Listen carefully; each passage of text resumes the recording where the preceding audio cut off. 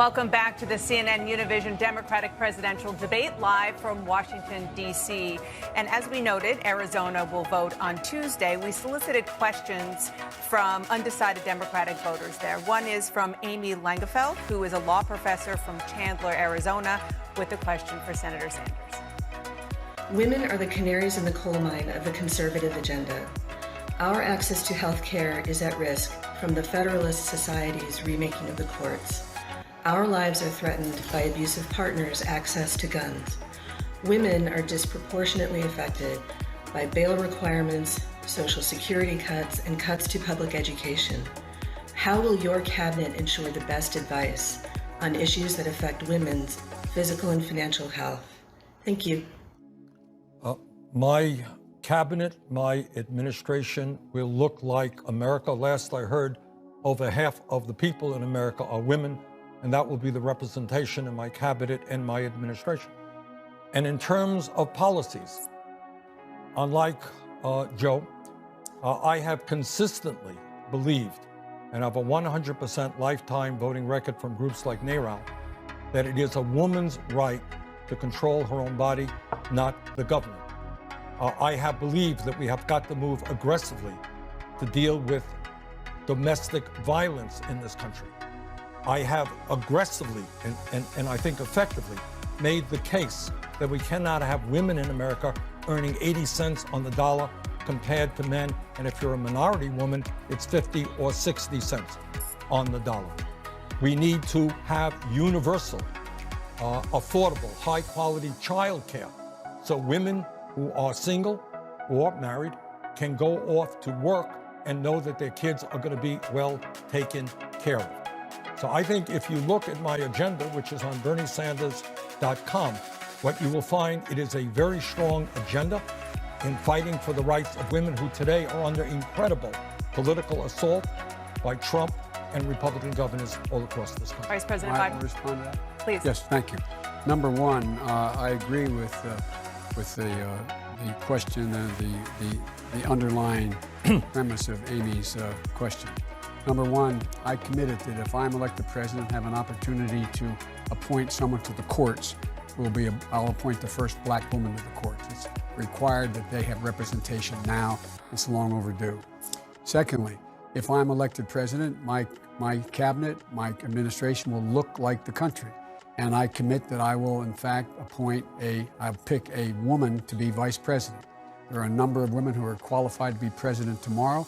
I would pick a woman to be my vice president. Number three, I'm the guy that wrote the domestic violence law, and I'm the guy that put in the prohibitions that no one who abuses someone else should be able to own a gun, period. They should not be able to own a gun. I would get the boyfriend exception amended. Now I've gotten it passed that if you get a stay-away order from a court, you have a child with someone, you cannot own a gun. No one should be able to own a gun who has abused a woman, period. Mr. Vice President, if I could just follow up. Just to be clear, you just committed here tonight that your running mate, if you get the nomination, will be a woman? Yes. Okay, let me Senator Sanders, will you right make now, that may I just respond and ask Joe a question? Right now, a woman's right to control her own body is under massive assault, unprecedented assault. Yes. Joe, you have in the past, on more than one occasion, voted for the Hyde Amendment, which says that a woman, low-income woman, could not use Medicaid funding for an abortion. Is that still your view, or have you modified it? It is not my view. It's not my view. And by the way, everybody who's been in the Congress voted for the Hyde Amendment at one point or another because it was locked in other bills. The reason why I affirmatively came out opposed to the Hyde Amendment was that if we're going to have public funding for all health care along the line, there is no way you could allow for there to be a requirement that you have Hyde Amendment, a woman who doesn't have the money could not have coverage under health care. Well, I'm glad. Number two, and I've done that, I did that a while ago, okay? Number one. Number two, I would send immediately to the desk of the United States Congress when I'm elected president, if I'm elected president, a codification of Roe v. Wade amended by Casey. because I think it is a woman's right to choose. I think it's a woman's opportunity to be able to make that decision. And in fact, I've gotten 100% rating from NARAL as well. Senator Sanders, before we move on, I just want to get you to respond. You have a lifetime 100% voting record from NARAL? I know my record of late from NARAL has been 100%. I don't know whether it was 25 years ago. Well, all right. I mean, I think one of the differences, not to pick a bone here, is I have been consistent. All right? I've always believed in that, and you have not. I'm glad you have changed your views. Senator, just to be clear, the vice president committed to picking a woman as his running mate. If you get the nomination, will you? In all likelihood, I will. For me, it's not just nominating a woman. It is making sure that we have a progressive women, and there are progressive women out there. So my very strong tendency is to move in that direction. Let's turn now to immigration. Vice President Biden, you recently said for the first time that the Obama-Biden administration made a big mistake in deporting millions of immigrants, but you didn't publicly speak out against it at the time. What commitment will you make tonight that as president, you won't deport millions again? Number one, I said that it took much too long to get it right. And the president did get it right by DACA, as well as making sure that he tried to protect parents as well. And by the way, moving on an immigration bill as well. The fact is that we already had a vote on an immigration bill, by the way, and Bernie voted against it, the immigration bill. Had he voted for it and it passed, we'd already have 6 million undocumented would be citizens as I speak right now. But I will send to the desk immediately a bill that requires for access to citizenship for 11 million undocumented folks, number one. Number two, in the first 100 days of my administration, no one will be deported at all. From that point on, the only deportations that will take place are commissions of felonies in the United States of America. So to be clear, only felons get deported and everyone else gets to stay? Yes, and the reason is it's about uniting families. It's about making sure that we can both be a nation of immigrants as well as a nation that is decent. Let me respond. I'll answer your question. Let me respond to Joe's comments about 2007 immigration bill. That bill was opposed by LULAC, the largest Latino organization in America. The Southern Poverty Law Center called its guest worker programs akin to slavery. There wasn't really a vote on the bill. It was killed because there was a vote on the Dorgan Amendment. I think it was 49-48. You know who voted with me on that one, Joe? Barack Obama. He understood that that proposal was a bad idea. We don't need slavery in America where workers, guest workers, are forced to stay with their employers. But in terms of immigration in general, let me outline some of the things that we do. Day one, we restore the legal status of 1.8 million young people and their parents in the DACA program. Number two, immediately, we end these ICE raids, which are terrorizing communities all over this country. Three, we change the border policy under my administration. No federal agent will ever grab little babies from the arms of their mothers. And fourth, I think we can pass what the American people want, and that is comprehensive immigration reform, path towards citizenship for the 11 million undocumented. Senator Sanders, critics suggest positions like this send a message that when a Democrat is in the White House, the border is open. Do they? No, that's what Trump says, and that is a total lie. What we're talking about is a humane, sensible policy supported by the American people. Nobody is talking about open borders, and of course, Trump lies about that. But the bottom line is, right now, you have in this country people who have been here for decades. They're working hard. They're raising their kids. They're an important part of our agricultural economy, our construction economy. These are good people, and yet they're living in terror. And we have got to end that terror and end the ICE raids and move toward a path toward citizenship. Let me set the record straight on something you said. You know, the idea that it was slavery. Barack Obama supported that bill, that immigration bill. Teddy Kennedy supported that immigration bill. I supported it. I doubt whether those people think it's slavery.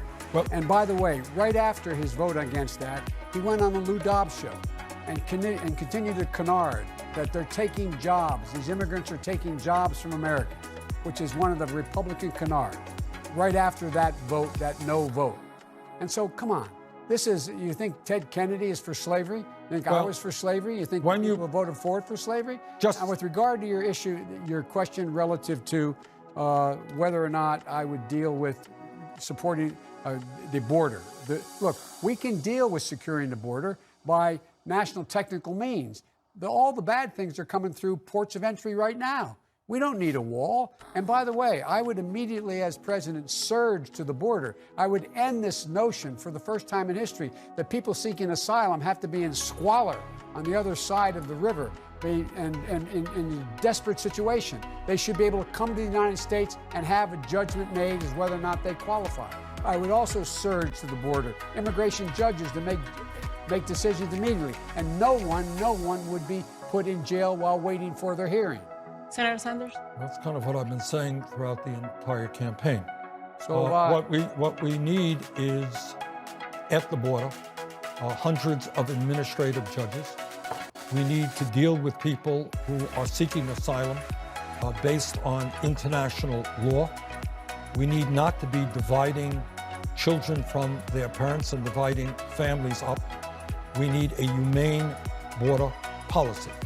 And I'll tell you what else we need, and I speak as the son of an immigrant. My father came to this country from Poland at the age of 17, without a nickel in his pocket, couldn't speak English, didn't have much of an education. I will end on day one the demonization, the ugly demonization from the White House of the immigrant community in this country. We've got a president who is trying to divide us up. My administration brings our people together, Black and white and Latino, Native American, Asian American. Thank you, Senator Sanders. Vice President Biden, you opposed sanctuary cities as a presidential candidate in 2007. Where do you stand now? Should undocumented immigrants arrested by local police be turned over to immigration officials? No. Senator Sanders? Of course not. Look, and one of the things that goes on when you have that process is that not only the psychological terror, and I've talked to these kids. Kids are scared to death in America when they come home from school that their mom or dad may not be there, may be deported. What we need to do is to end, and I will end this on day one, the ICE raids that have been so harmful to so many people. And we need to do, again, what the American people want us to do. I'm the son of an immigrant. This is a country significantly built by immigrant labor, built by slave labor. And what we have got to do is appreciate each other and end this demonization and divisiveness coming from the Trump administration. Senator Sanders, go ahead. Look, we are a nation of immigrants. Our future rests upon the Latino community being fully integrated. 24 out of every 100 children in school today, from kindergarten through high school, is a Latino. Right now, today. The idea that any American thinks it doesn't pay for us to significantly invest in their future is absolutely a bizarre notion, because if we do not invest, everything that the very wealthy are concerned about and the xenophobes are concerned about will in fact get worse, not better. We should be embracing, bringing them in, just like what happened with the Irish immigrants after the famine, just what happened to the Italians, etc. We've been through this before. Xenophobia is a disease. Thank you, Vice President Biden. Let's move now to the climate crisis. I'm coming right to you, Senator Sanders. The World Health Organization calls the climate crisis a, quote, health crisis, and warns that climate change could fuel the spread of infectious diseases. Can you point to specific measures in your climate plan that address that threat? Well, of course we do. I mean, look, this is what the scientists are telling us, the same scientists who make your point there, Jake. What they're telling us is if we don't get our act together in the next 7 or 8 years, there will be irreversible damage done to this planet. We're talking about cities in America, from Miami to New Orleans to Charleston, South Carolina, being underwater. We are talking about severe droughts, which will prevent farmers in the Midwest from growing the food that we need. We're talking about extreme weather disturbances, which hit Houston, Texas, Venice, Italy, just a few months ago. We are talking about the absolute need, and I want to hear Joe's position on this. This is not a middle-of-the-ground thing. This is not building a few more solar panels or a few more wind turbines.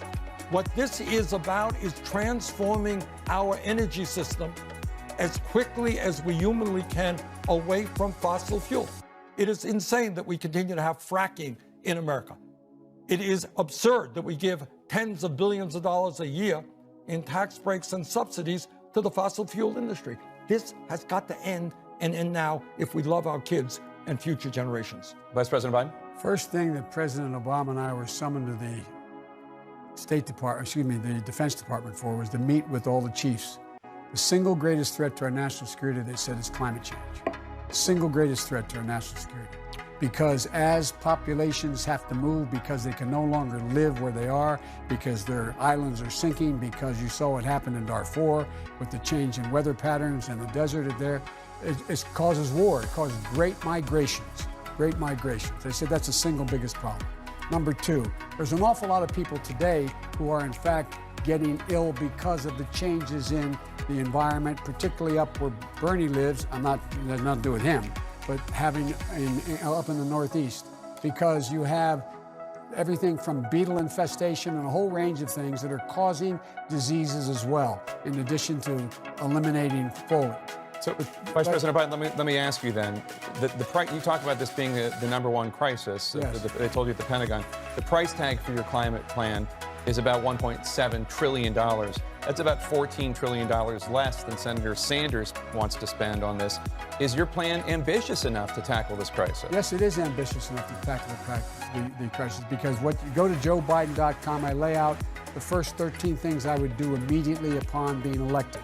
Number one, we're going to once again reinstate all the cuts the president made and everything from the CAFE standards, how far automobiles can go, investing in light rail so that we take cars off the road, making sure we're in a position where we are now in a position that we put 500,000 charging stations in areas that, in fact, all new highways that we built, making sure that we spend $500 billion a year in the federal government paying for transportation, the vehicles we run. All of those being converted to be able to run on low carbon fuel and or be able to run on no carbon fuel at all by having them move into a direction that is all carbon free.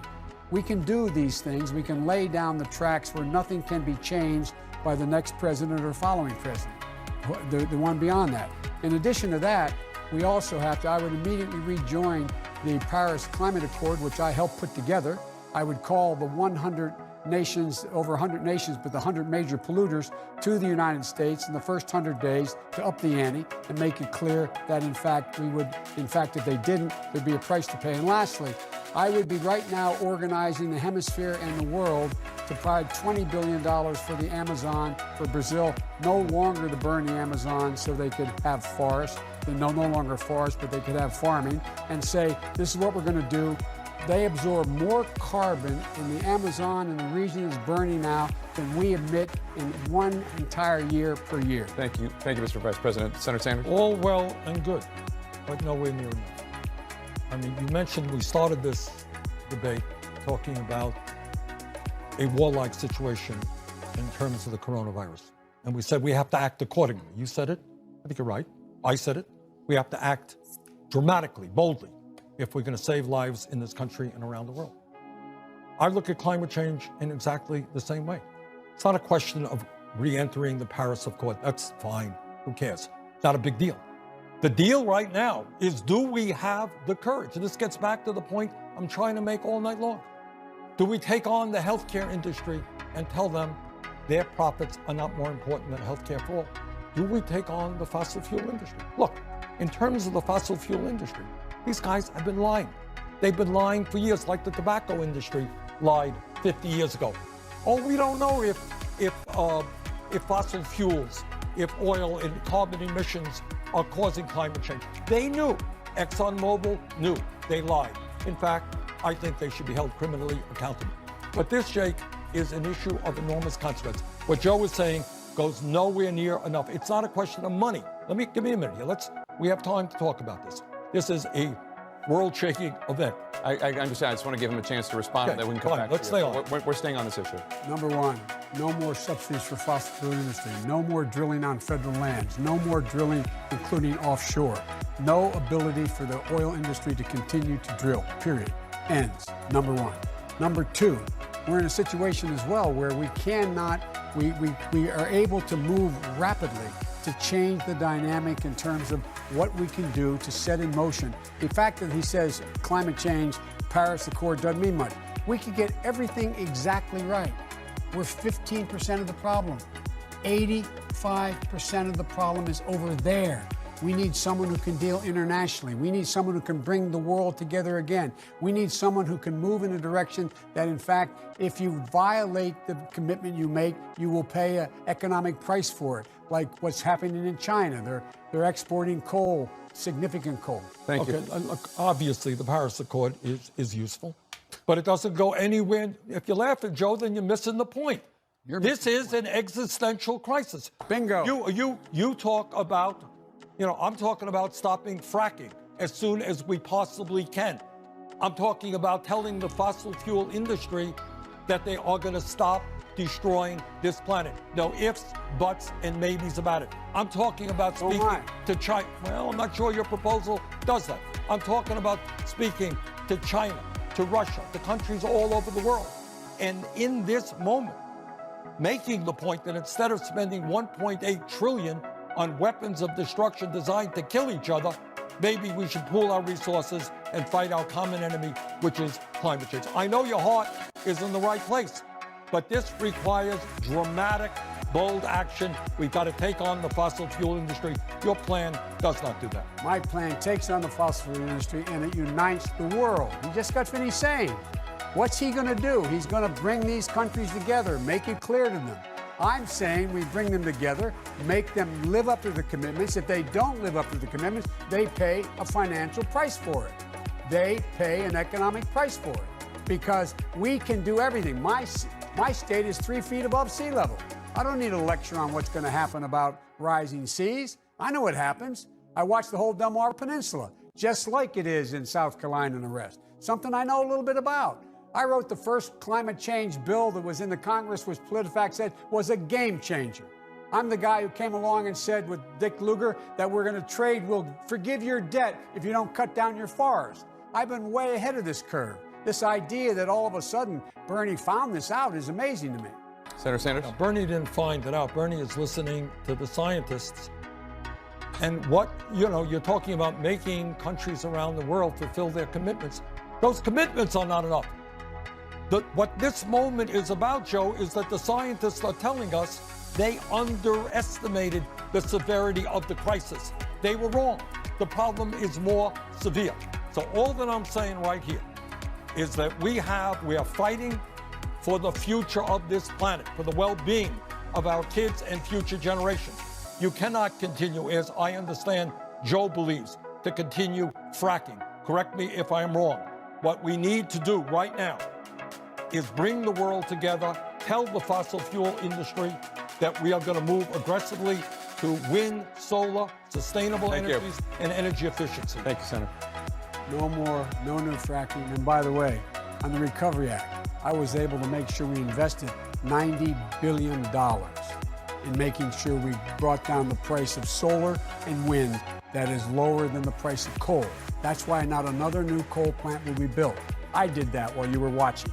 Number one. Number two, we're in a situation where we, in fact, have the ability to lay down the tracks where no one can change the dynamic. And that's why we should be talking about things like I've been talking about for years. High-speed rail, taking millions of automobiles off the road, making sure that we move in a direction where no more drilling on federal lands, making sure that we invest in changing the entire fleet of the United States military to... Thank you, Mr. Vice President. Senator, I want to talk to you about fracking because you want to ban fracking, yes, which is a method of extracting natural gas. The shift towards natural gas and away from coal has resulted in reduced U.S. carbon emissions. So how can the U.S. transition to your targeted goal of zero emissions with fracking completely out of the picture? Because we have to invest in an unprecedented way in an unprecedented way. You started off by saying that we're talking about a $13, $14 trillion investment. That is a lot of money. And I've been criticized for that. But I don't know what the alternative is if we are playing for the future of this planet. So we got to be dramatic. And what being dramatic is massive investments in wind, in solar, in sustainable energies in general, and research and development, in making our buildings all over this country. My state of Vermont and around this country got a lot of old buildings. We can put millions and millions of people to work making our buildings energy efficient, moving our transportation system to electricity. So what we're talking about is a massive, unprecedented investment. That is what the Green New Deal is about. I supported it, and I will fight to implement it. Thank you so much, Senator Sanders. We're going to be back with more from the CNN Univision Democratic presidential debate. Stay with us.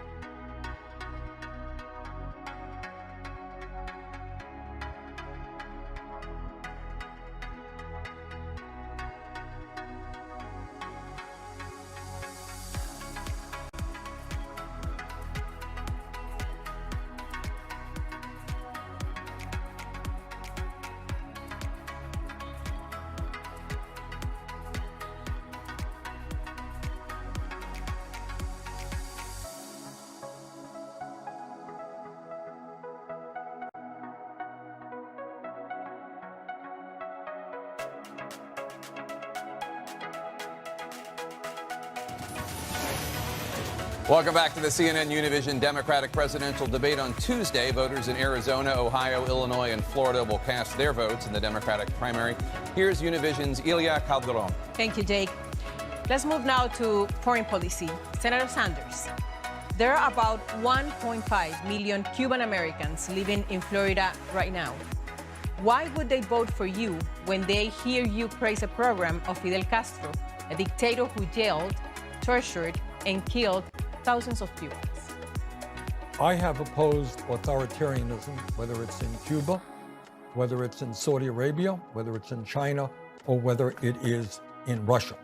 That is my life record. I believe, unlike the President of the United States, in democracy, not authoritarianism in Cuba or any place else. What I believe right now in this world is that we are faced with a global crisis and a movement toward authoritarianism. That's what Putin in Russia is leading.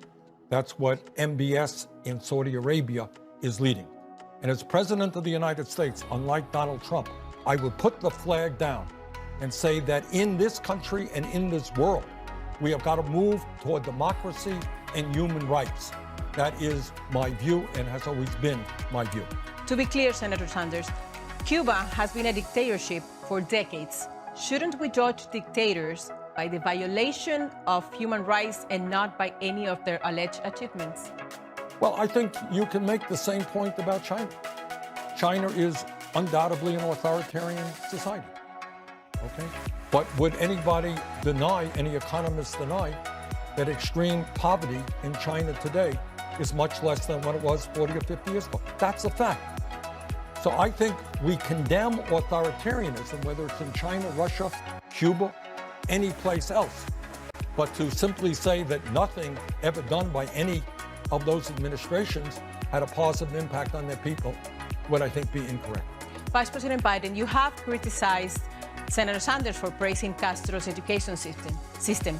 But in 2016, President Obama said Cuba made, quote, a great progress in educating young people, and that its healthcare system is a huge achievement that they should be congratulated for.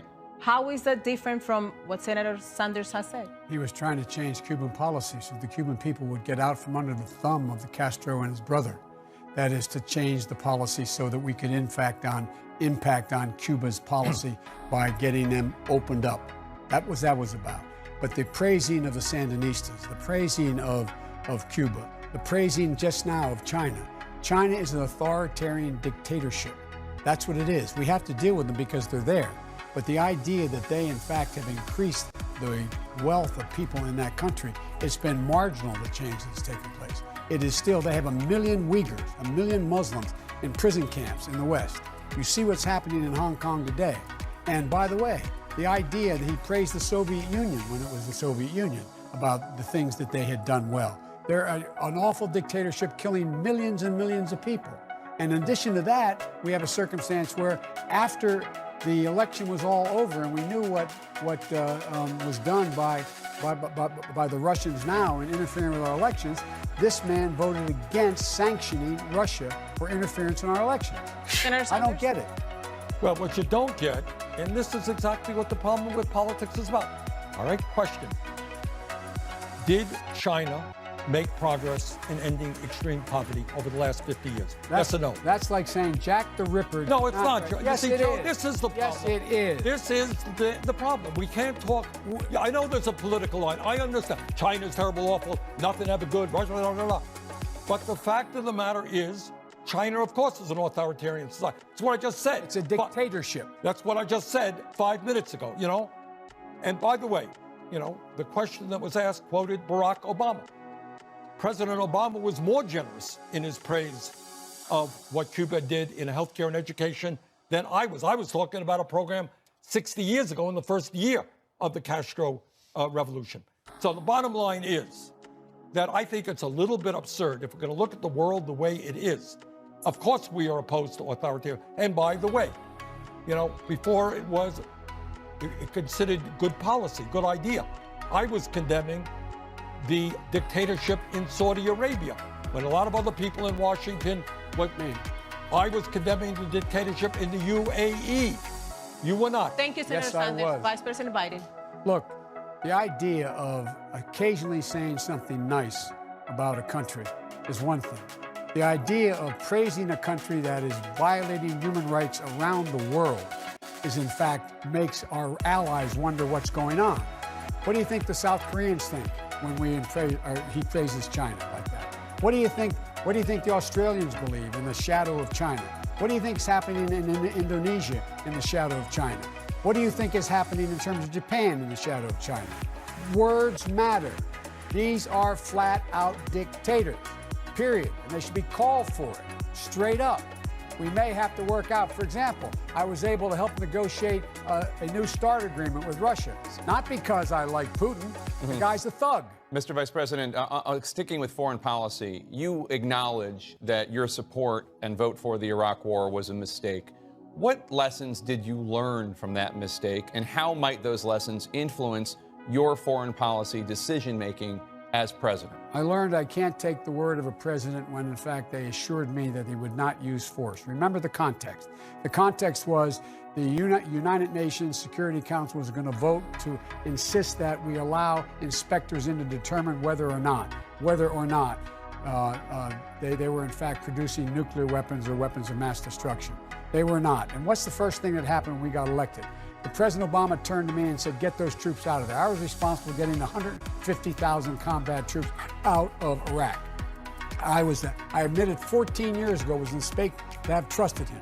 And I'm prepared to compare my foreign policy credentials up against my friend here on any day of the week and every day. Well, let's start off with the war in Iraq, Joe. I was there too. I was in the House. I understood. And by the way, let's be clear about what that vote was. And you were there at the signing ceremony with Bush. Everybody in the world knew that when you voted for that resolution, you were giving Bush the authority to go to war. And everybody knew that's exactly what he and Cheney wanted to do. Most people who followed that issue closely understood that the Bush administration was lying through its teeth with regard to Saddam having weapons of mass destruction. I understood that. I was on the floor of the House time and time again. But the issue is not just the war in Iraq. That was a long time ago. The issue is the trade agreement. It wasn't so easy for me to lead the effort against disastrous trade agreements. The issue was the bankruptcy bill that you supported. The issue was the Hyde Amendment. The issue is the Defense of Marriage Act.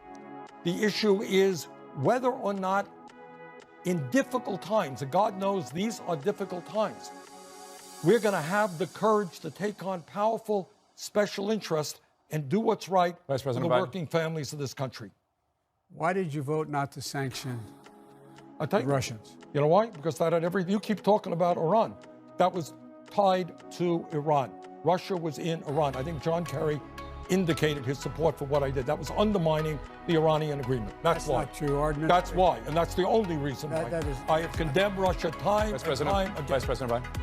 The fact is that the idea that I, in fact, supported the things that he's suggesting is not accurate. Look, I'm the guy that helped put together the Iran deal and got the inspectors in there.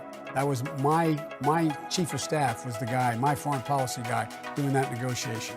I was the guy that helped put together a 60-nation organization to take on the ISIS in Iraq and in Syria. I've dealt with these folks. I know them, and I know what they're like, and I know who the good guys are and who the bad guys are. The fact is, Bernie's notion about how he embraces folks like the Sandinistas and Cuba and the former Soviet Union and talks about the good things they did in China is absolutely contrary to every message we want to send the rest of the Senator world. Sanders? I have led the effort against all forms of authoritarianism, including America's so-called allies in the UAE and in Saudi Arabia. And in fact, as you may know, worked with conservative Republicans to utilize for the very first time the War Powers Act to get the United States out of the horrific war in Yemen led by Saudi Arabia. That's what I did.